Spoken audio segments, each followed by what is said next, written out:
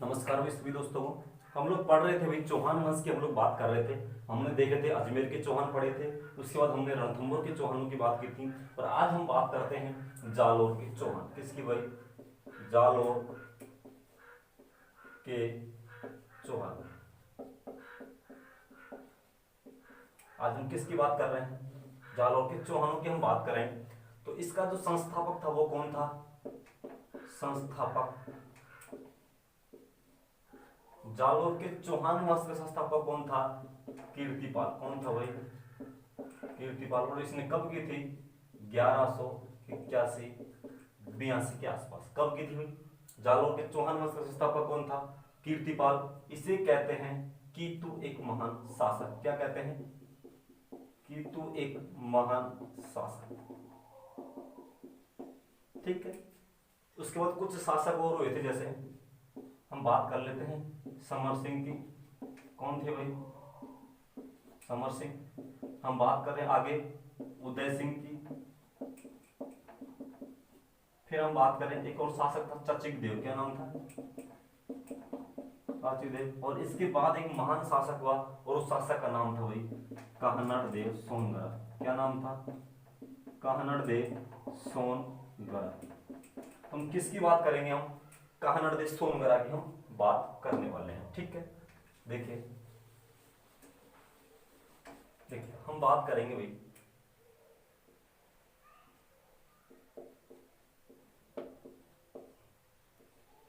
काहनड़ देव सोनगरा। ठीक है। किसका शासक? जालोर का। यहाँ एक दुर्ग और उस दुर्ग का क्या नाम है? जालोर दुर्ग।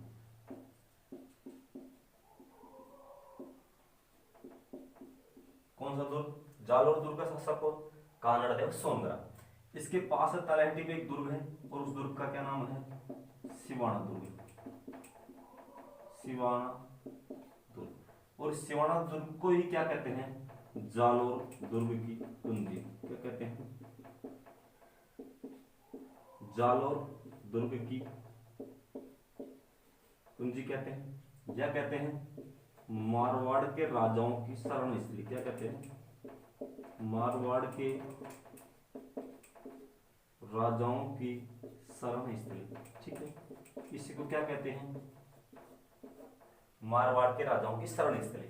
हम बात करें कानड़देव सोनगरा की, तो तीन महान इतिहासकारों की हम बात कर रहे हैं। सबसे पहले हम देखते हैं एक इतिहासकार पद्मनाभ। कौन था? इसने ग्रंथ लिखा और उस ग्रंथ का क्या नाम था? कानड़देव प्रबंध। क्या लिखा था? कानड़देव प्रबंध। इससे इतिहास, इस ग्रंथ के बारे में कानड़देव सोनगरा और जालोर के चौहानों की क्या मिलती है भाई? जानकारी मिलती है। एक बात करें हम फरिश्ता। एक कौन था भाई? फरिश्ता। और एक है नैन्सी, मोहनोद नैन्सी। इनके बारे में कुछ स्टोरी बताते हैं ये लोग। पद्मनाभ कहता है कि इनका जो दुश्मनी थी वो किस थी भाई? गुजरात के बारे में बताता है। फरिश्ता बताता है चैलेंज के बारे में। किसके बारे में? चैलेंज के बारे में। और नैन्सी बताता है वही प्रेम प्रसंग। ये कहते हैं पद्मनाभ तीनों कि भाई जालोर का जब शासक था कानड़देव सोनगरा, उस समय दिल्ली का शासक कौन था भाई? अलाउद्दीन खिलजी। कौन था? अलाउद्दीन खिलजी। दिल्ली का शासक कौन? अलाउद्दीन खिलजी। कहता है पद्मनाभ, क्या कहता है कि 1298 में, कब भाई? सन 1298 में ये कहां गया था अलाउद्दीन खिलजी? गुजरात विजय पर गया था। सोमनाथ मंदिर को लूटने गया था। तभी इसका जो रास्ता था वो कहां से निकलता था? जालोर होकर के इसका रास्ता जाता था। लेकिन कानड़देव सोनगरा ने यहां से निकलने के लिए क्या कर दिया था? मना कर दिया था। ये कौन कहता है? पद्मनाभ कहता है। और ये भी इन दोनों की क्या बताई जाती है? एक दुश्मनी बताई जाती है। दूसरी बात करें हम फरिश्ता की, अगर हम बात करें, कहते हैं सन 1308 में। कब की बात है भाई? सन 1308 में, सॉरी 1305। सन 1305 की बात है। अलाउद्दीन खिलजी का एक सेनापति एम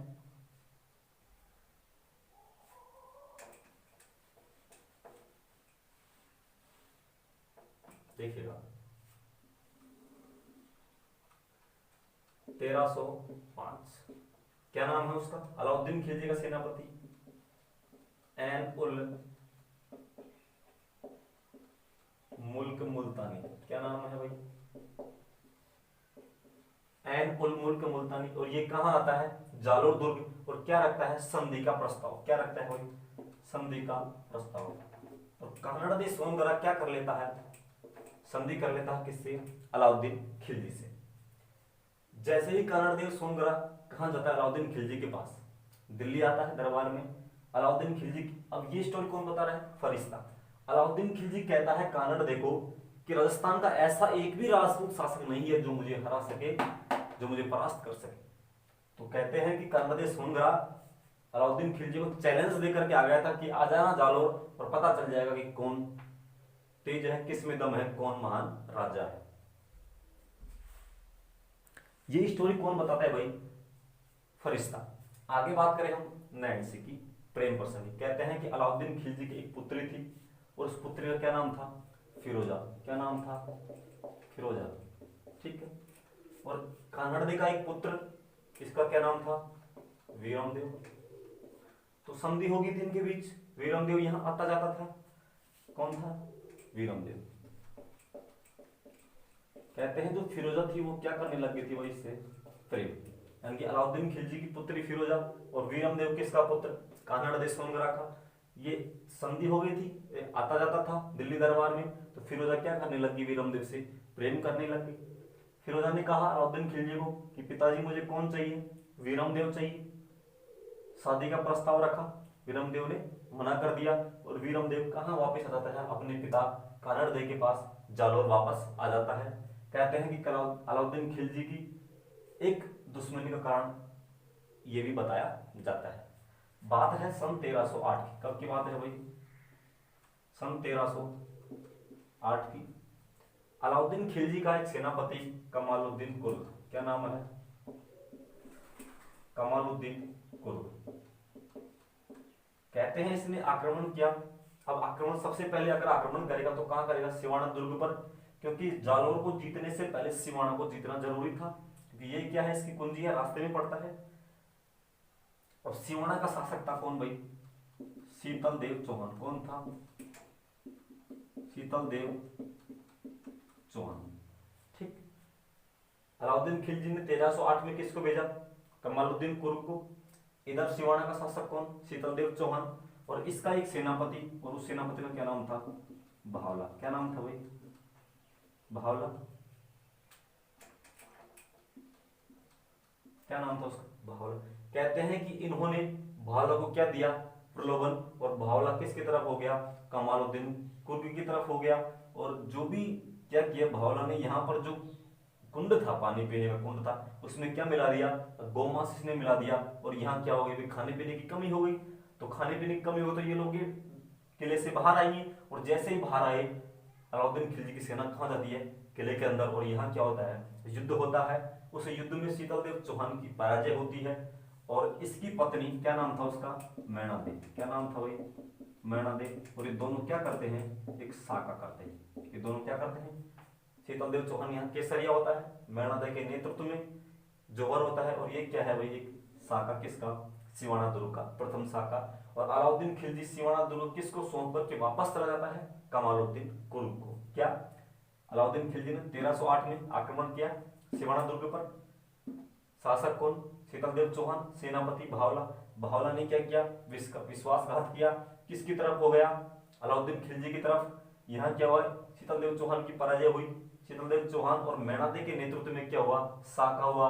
और अलाउद्दीन खिलजी ने सिवाना दुर्ग किसको सौंपा? कमालुद्दीन कुर्द को। ठीक है। अब आगे देखिए, आगे की अगर हम बात करें, आगे की बात करें, ये बात है भाई सन 1311 की। कब की बात है? सन 1311 में दोबारा आक्रमण, इस दुर्ग को जीत चुका है। अब बारी किसकी है? जालोर दुर्ग की।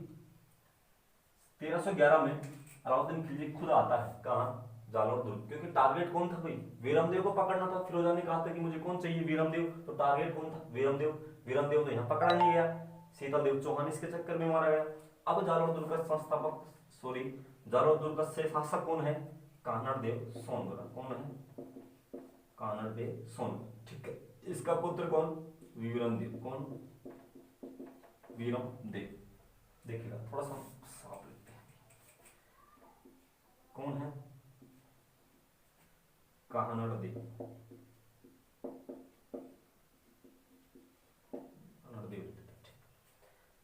अब 1311 में किसने आक्रमण किया? अलाउद्दीन खिलजी स्वयं सेना लेकर आया। कानड़देव का सेनापति कौन? उसका नाम था भाई दहिया बेगम। कौन था? दहिया बेगम। जालौर का शासक कानड़देव, सेनापति दहिया बेका। फिर वही चाल अलाउद्दीन खिलजी की, दहिया बेका को अपने पास बुलाया, इसको लोभ लालच दिया। और इसकी पत्नी कौन थी? एक इसकी पत्नी थी, उसका नाम था भाई क्षत्रिया। कौन थी? क्षत्रिया। दहिया बेका ने कहा अपनी पत्नी को क्षत्रिया कि बस रात रात की बात है, कल मैं क्या क्या बनूंगा? जालोर दुर्ग का राजा बनूं। क्यों? क्योंकि इसने अलाउद्दीन खिलजी ने कह दिया दहिया बेका को कि तू यहाँ का मुझे गुप्त रास्ता बता, मैं कानड़देव को मार करके तुझे यहाँ का क्या बना दूंगा? राजा बना दूंगा।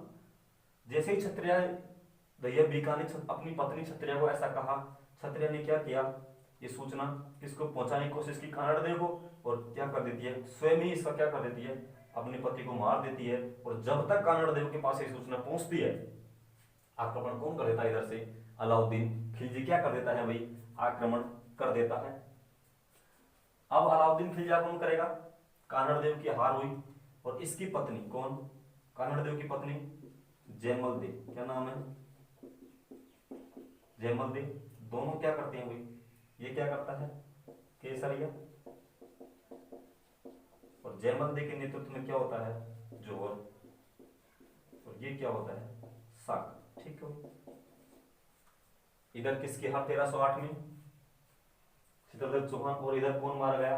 कानड़देव। और जालोर दुर्ग का नाम बदल के क्या कर दिया? जलालाबाद। क्या कर दिया भाई? जलालाबाद। ठीक है। अब टारगेट कौन? अब यहाँ वीरमदेव बच रहा है।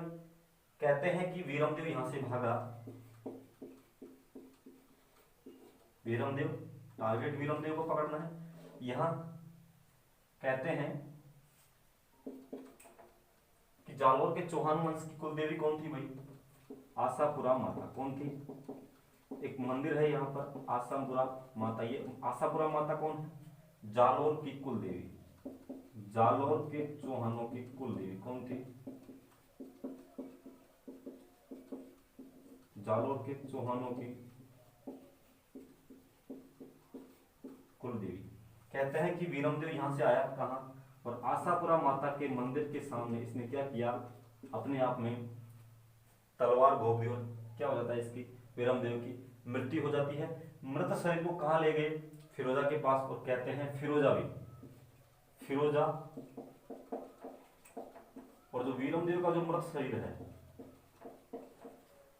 कहते हैं फिरोजा इस मुंडन को लेकर के, वीरमदेव का जो मुंड था उसको लेकर के यमुना नदी में कूद जाती है। क्या हो जाता है? यमुना नदी में कूद जाती है और अपनी क्या देती है भाई? जान। और इस प्रकार से जालोर फिर क्या हो जाती है? तबाही। और ये था हमारा जालोर का चौहान वंश।